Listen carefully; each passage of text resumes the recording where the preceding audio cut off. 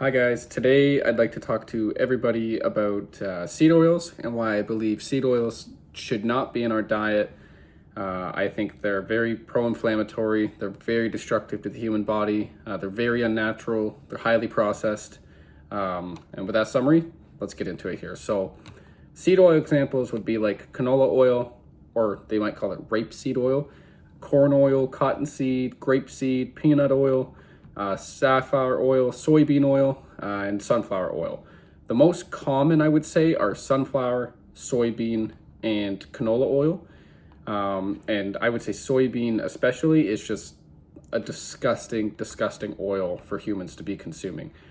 So as you'll see here, 5 tablespoons of corn oil requires 98 ears of corn. How often are you eating 98 ears of corn? 5 tablespoons of sunflower oil is 2,800 sunflower seeds. 5 tablespoons of grapeseed oil requires 625 grapes. And 5 tablespoons of rice bran oil requires 40 cups of brown rice.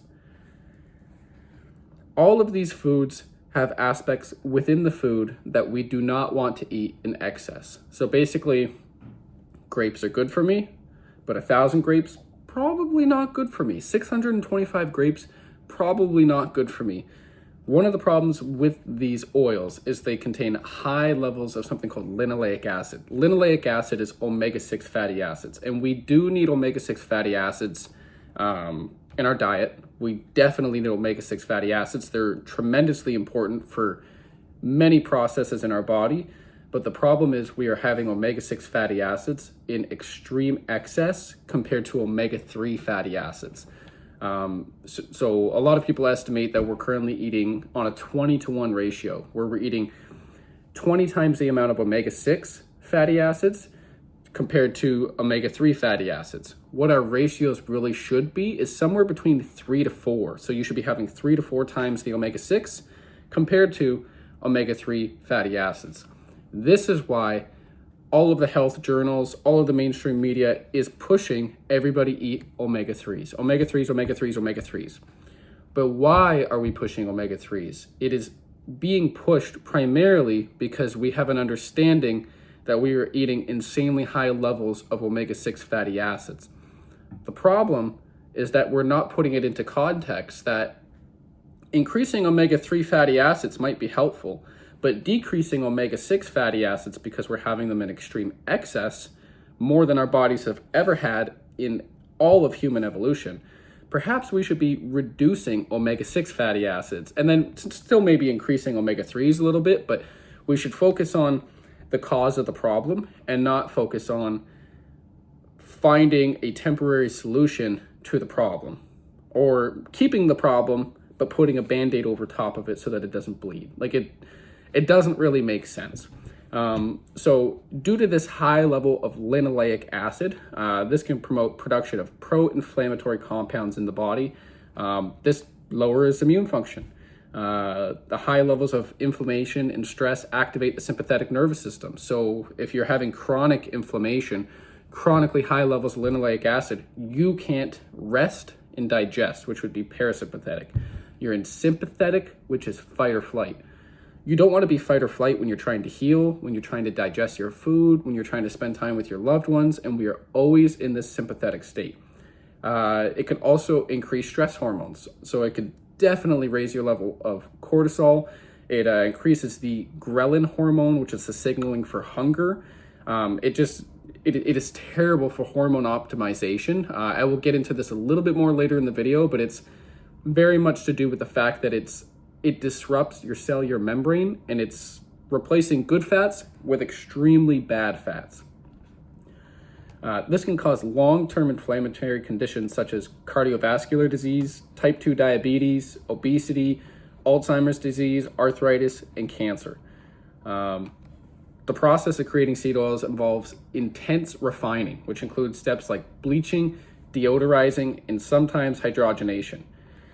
Fun fact, canola oil was actually used as an industrial oil to lubricate machinery. This originated, it was all around the world, but then Canada decided that they were going to utilize this oil for human consumption. So then I think it was sometime in the 60s, I believe. Don't quote me on that. It was considered GRAS, GRAS, which is an acronym that's generally recognized as safe. So not good for you, probably not consumable, but generally recognized as safe by the FDA.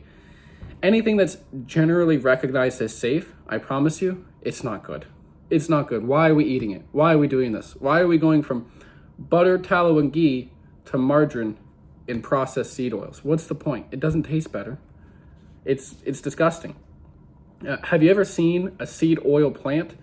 It is pretty much a massive oil refinery that puts the oils through massive heating.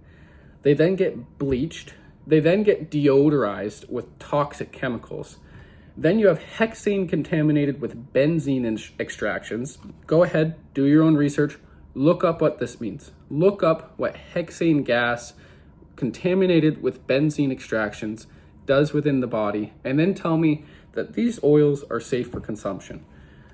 These oils are only promoted for two reasons, just like most things in the world. One, cost. They are extremely cheap to produce, and they work as preservatives. So because they work so well as preservatives, they can preserve any processed food that goes onto the market. So they're cheap to produce, and they can preserve almost any food. So all companies are using it as preservatives in order to cut costs.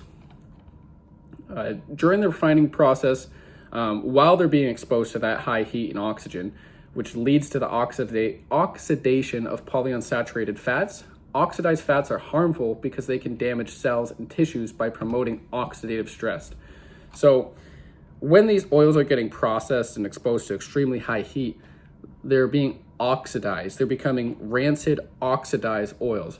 Anything that oxidizes is bad. If you have pro-oxidants within your body, that's really bad. This is why we look for antioxidants. If you have anything oxidizing, think about rust on a car. Rust on a car is oxidization. Is that good for your car or is that bad for your car? So if you're oxidizing things that you're putting in your body, you're putting oxidized fats in your body that primarily go to your brain is not going to work optimally. You're not going to be able to run on efficient fuel. You're going to sacrifice mitochondrial function. You're going to reduce adenosine triphosphate or ATP production, which is energy production within your body. It's just overall, it's terrible. It's a major factor in aging and disease, and this is especially true for deep fried foods. So the more that you expose these oils to extreme heat, the worse it is. So if you are going to eat seed oils, if you can find cold pressed, organic, like just not overly heated and processed, that is most ideal. Exposure to high heat also leads to harmful byproducts such as acrylamide in higher levels than you would get if you were smoking a cigarette. So acrylamide is one of the main carcinogens known within cigarettes to cause cancer, to cause a myriad of health effects.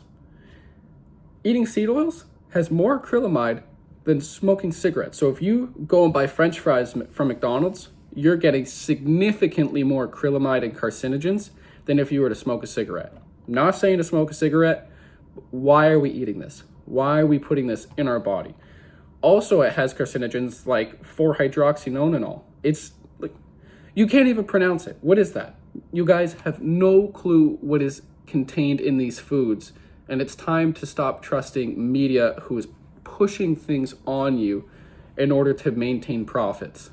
It's not for you. It's not for your family. It's not for your children's health.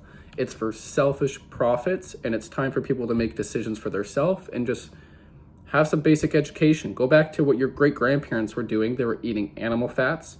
They were eating things that grow in nature, and they were eating animal foods. They were eating fruits, vegetables, healthier grains, proteins, seafood, nuts and seeds, but not 625 grapes, not 2,800 sunflower seeds. Like, I love honey. Honey is amazingly healthy, but am I going to go eat half a jar of honey just because I think it's healthy? Am I going to process or concentrate half a jar of honey into something that I can then eat? That would be terrible for anybody. Regardless of how healthy honey is, it doesn't make any sense. Refined seed oils are stripped of many of their natural nutrients during processing as well. So like vitamin E, fat-soluble vitamins, especially B vitamins. They're completely removed, and these are natural antioxidants. So here I am talking about how these oils are pro-oxidative, and the processing of these oils, the exposure to extremely high heat, this is removing the natural antioxidants. If you don't have these natural antioxidants, your body doesn't have the tools that it needs to be able to handle these oils. It's going to cause chaos within your body, chaos within your cells specifically, not within your stomach. Remember, food is not just for your stomach. It controls your entire body and how your entire body works. Seed oils are believed to be one of the leading causes of diabetes and neurodegenerative diseases such as Alzheimer's and dementia. There are even speculations that they're more causal in causing diabetes than sugar, and this is more so anecdotal evidence. There's no tremendously good studies on this yet, on this part specifically, but I would say with confidence that seed oils are just as bad for causing diabetes and diabetes-related illnesses like Alzheimer's and dementia than sugar. So it's just as bad as sugar, sorry, I didn't word that right, if not worse. Like, sugar is tremendously bad, especially like I'm talking processed sugar, not natural sugars that you would get from foods found in nature. But seed oils, they cause so much disruption, they cause so much insulin resistance, mitochondrial dysfunction, metabolic disorder. They are so ridiculously bad for your body. I would say they're the number one cause of insulin resistance and type 2 diabetes, with confidence.